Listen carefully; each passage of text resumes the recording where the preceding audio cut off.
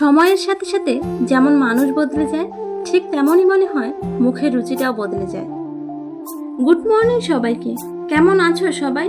আশা করছি সবাই অনেক ভালো আছো। আমিও ভালো আছি।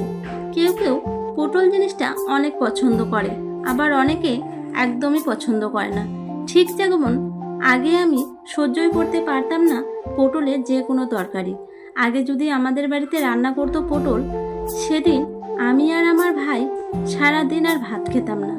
শেষে মা বাধ্য হয়ে দোকানে গিয়ে ডিম এনে ভেজে দিত, নইলে ভাত ভেজে দিত, তারপর খেতাম। কিন্তু এখন আমি শুধু রান্না না, খাইও।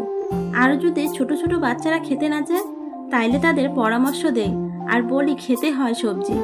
আমরাও তো ছোটবেলায় কত খেয়েছি, বলি আর মনে মনে হাসি। কত যে খেয়েছি তা তো আমি জানি। ওই যে বলে না, সময়ের সাথে সাথে মানুষ বদলায়, ঠিক তেমনই মুখের রুচিটাও সময়ের সাথে সাথেই বদলে যায়। যাই হোক, আজকে রান্না করছি পটল ভাজি আর ডাল। আজকে তবে আসি, সবাই ভালো থেকো, টাটা।